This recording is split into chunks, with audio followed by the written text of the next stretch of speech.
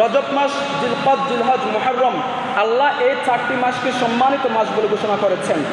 তার মধ্যে এরপর আছে রমজান মাস, যে মাসের মধ্যে কোরআন নাজিল করেছেন।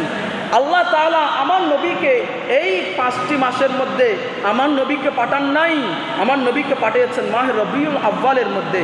আল্লাহ আমার নবীকে জুমাবারে পাঠান নাই, কারণ জুমাবারের একটা মর্যাদা রয়েছে। আল্লাহ আমার নবীকে পাঠিয়েছেন সোমবারে। কেন তার পেছনে কারণ কি? সম্মানিত মাসের মধ্যেও পাঠান নাই, জুমাবারও পাঠান নাই। আল্লাহ আমার নবীকে সোমবারে পাঠিয়েছেন, আবার রবিউল আউয়ালে পাঠিয়েছেন।